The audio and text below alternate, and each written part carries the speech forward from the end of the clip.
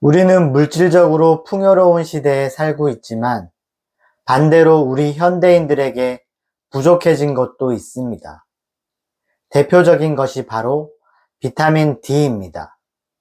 한국 사람의 70% 이상이 비타민 D 결핍 상태라는 사실을 알고 계신가요? 건강보험심사평가원의 한국인 영양결핍 현황 조사에 따르면 2021년 기준 가장 많이 진료를 받은 영양결핍은 비타민 D 결핍입니다. 조사 대상자의 73%가 비타민 D 결핍이었습니다. 그렇다면 비타민 D가 부족해지면 우리 몸에는 어떤 변화가 일어날까요? 오늘은 비타민 D에 대해서 자세히 알아보고 비타민 D가 부족하면 나타나는 증상과 꼭 먹어야 하는 이유에 대해서 살펴보겠습니다. 오늘 영상을 끝까지 보시고 나면 비타민 D가 얼마나 중요한지 알게 될 것입니다. 비타민 D는 햇빛 비타민이라고 불리는데요. 달걀 노른자, 생선, 간 등에 많이 들어있지만 대부분은 햇빛을 통해 얻는데요. 자외선이 피부에 자극을 주면 비타민 D 합성이 일어납니다. 그런데 많은 사람들은 햇빛을 너무 오래 쬐면 피부 노화가 발생하기 때문에 햇빛을 가리면서 비타민 D 부족 현상이 발생하게 됩니다. 특히 겨울철에는 야외 활동이 더 적기 때문에 일조량 부족으로 인해 비타민 D 결핍이 발생하기 쉽습니다. 지난 영상에서 설명드린 비타민 C는 수용성인 반면 비타민 D는 지용성이므로 우리 몸속에 들어오면 지방 조직에 흡수되지만 지방 조직은 비타민 D를 쉽게 놓아주지 않는 특성이 있는데요. 따라서 지방량이 많은 비만 환자일수록 비타민 D 부족 현상이 오기 쉽습니다. 결국 비만인 사람들은 비타민 D가 부족하고 비타민 D 부족이 비만을 악화시키는 악순환을 초래합니다. 비타민 D는 지방에 용해되는 지용성 비타민으로서 골격 형성에 필요한 칼슘을 대장과 콩팥에서 흡수시키는 데 기여하는 것으로 알려져 있습니다. 그렇다면 비타민 D가 부족하면 우리 몸에 무슨 일이 생길까요? 비타민 D는 각종 생리적 기능 유지에 중요하기 때문에 비타민 D가 부족하면 각종 질환 발병 위험이 증가하는데요. 비타민 D 부족 현상 첫 번째, 코로나와 같은 전염병에 걸리기 쉽습니다. 비타민 D 연구 분야에서 세계적인 권위자인 미국의 마이크 홀릭 박사는 비타민 D와 코로나 바이러스 감염률과의 관련성에 대한 논문을 발표했는데요. 이 논문에서는 혈중 비타민 D 농도가 낮을수록 코로나 감염 위험이 높았고 혈중 농도가 높을수록 코로나 바이러스 감염 위험이 낮았다고 합니다. 또 유색인종들이 백인보다 코로나 감염률이 높았는데요. 이것은 유색인종들은 멜라닌 색소가 자외선 B를 흡수해 버리기 때문에 비타민 D 수치가 낮아 코로나 바이러스 감염률이 높은 것으로 판단됩니다. 두 번째, 골다공증과 근력 약화입니다. 비타민 D는 단백질과 칼슘이 우리 몸에서 잘 흡수될 수 있도록 돕습니다. 특히 칼슘의 체내 흡수를 돕는 필수 성분인데요. 혈액에 비타민 D가 부족하면 소화 과정에서 산성 성분인 위액에 의해서 칼슘이 녹아 없어져 골다공증 등 뼈 질환에 걸릴 수 있습니다. 실제 비타민 D가 부족하면 손목 골절 위험이 증가한다는 연구 결과가 있습니다. 또 비타민 D가 부족한 사람은 쉽게 넘어지는 낙상 위험도가 올라갔는데요. 또한 손목 골절이 됐던 환자는 넘어져서 더 심각한 부위, 고관절이나 척추에 골절을 당할 위험도가 4배까지 높았습니다.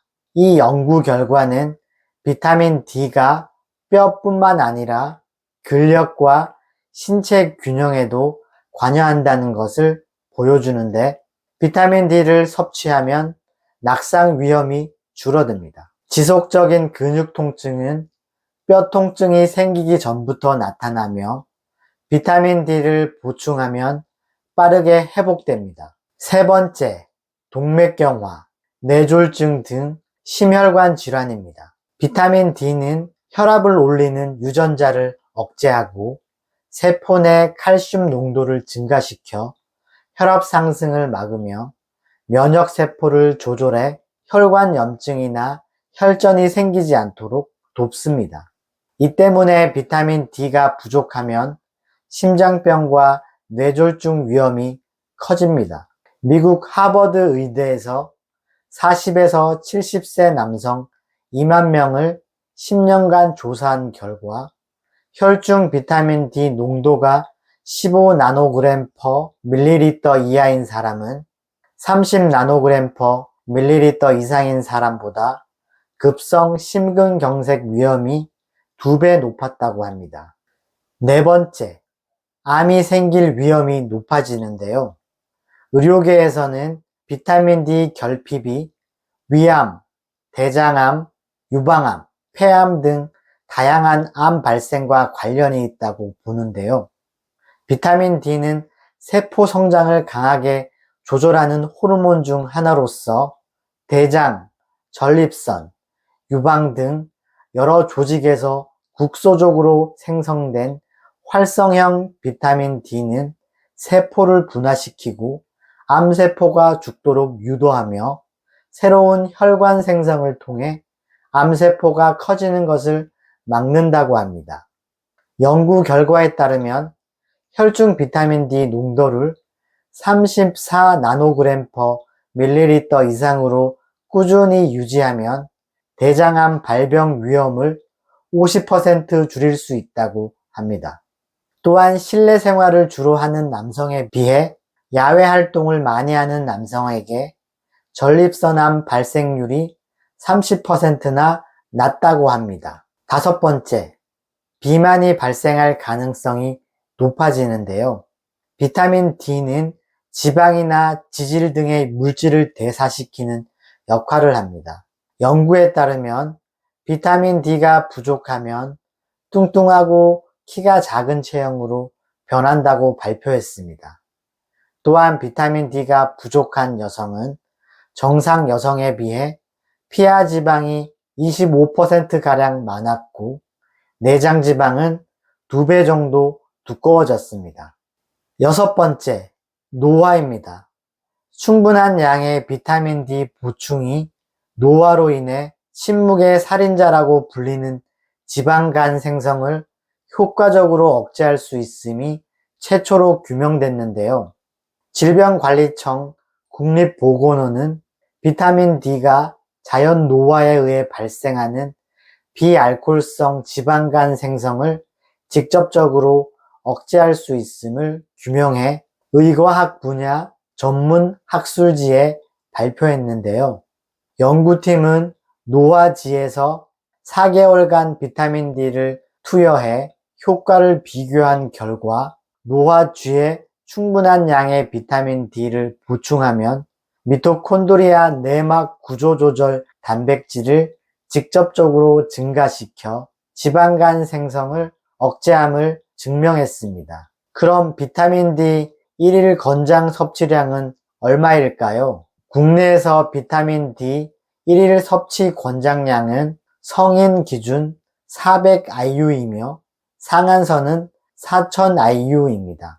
그렇다면 우리 몸의 건강을 위해 꼭 필요한 비타민 D는 어떻게 잘 섭취해야 할까요? 첫 번째는 햇빛을 통한 비타민 D 합성인데요.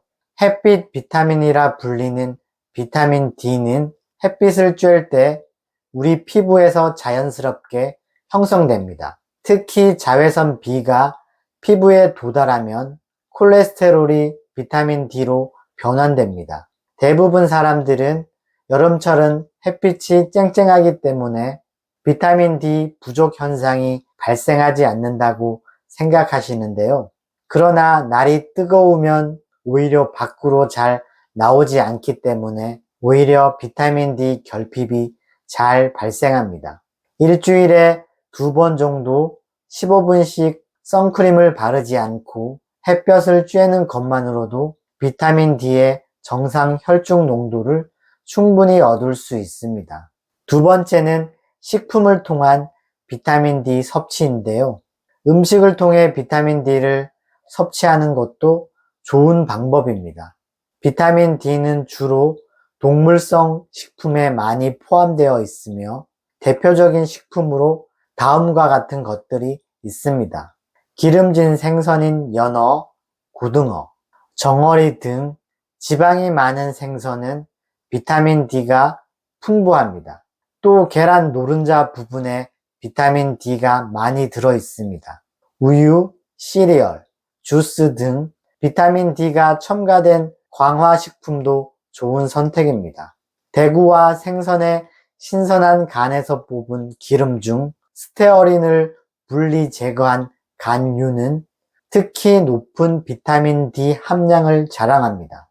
이러한 식품을 꾸준히 섭취함으로써 비타민 D의 일일 권장량을 충족시킬 수 있습니다. 세 번째는 비타민 D 보충제를 통한 섭취인데요. 음식과 햇빛을 통해 충분한 비타민 D를 섭취하기 어려운 경우 보충제를 고려할 수 있습니다.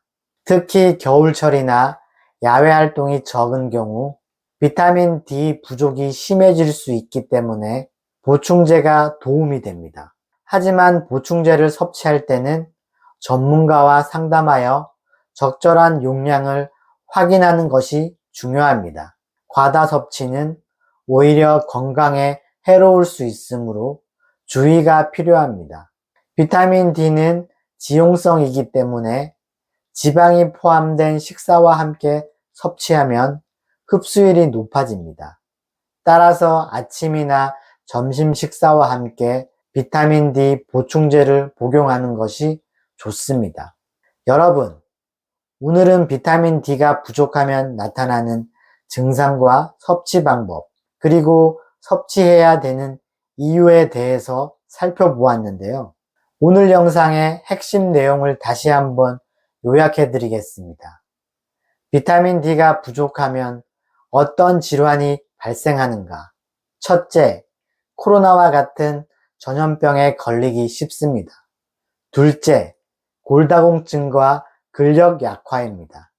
셋째, 동맥경화, 뇌졸중 등 심혈관 질환이 발생합니다. 넷째, 암이 생길 위험이 높아집니다. 다섯째, 비만이 발생할 가능성이 높아집니다. 여섯째, 노화입니다. 우리 몸의 건강을 위해 비타민 D는 어떻게 잘 섭취해야 할까요? 첫째는 햇빛을 통한 비타민 D 합성입니다. 둘째는 식품을 통한 비타민 D 섭취입니다. 셋째는 비타민 D 보충제를 통한 섭취입니다. 이제 여러분은 비타민 D의 중요함을 확실하게 알게 되었습니다.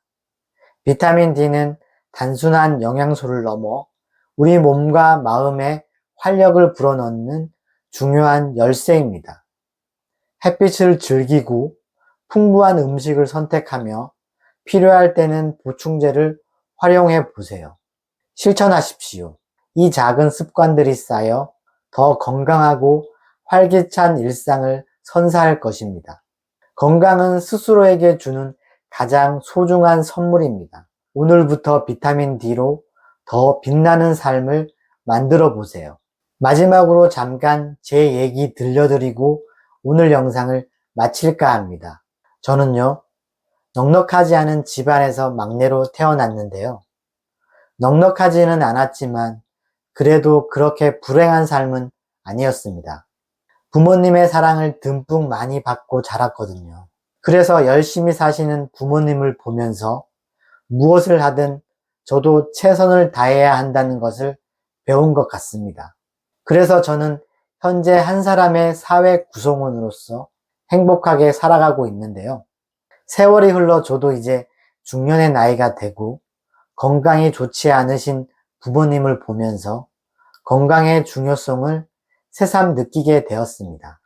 한번 무너진 건강은 회복하기 힘들더라고요. 그래서 저의 건강을 챙기고 조금이라도 실천하기 위해서 건강 정보를 찾아보게 되었는데요. 이 영상을 시청하시는 여러분들도 조금이나마 도움이 되었기를 진심으로 바랍니다. 지금까지 시청해 주셔서 감사합니다. 다음 영상에서도 더 좋은 정보로 찾아오겠습니다.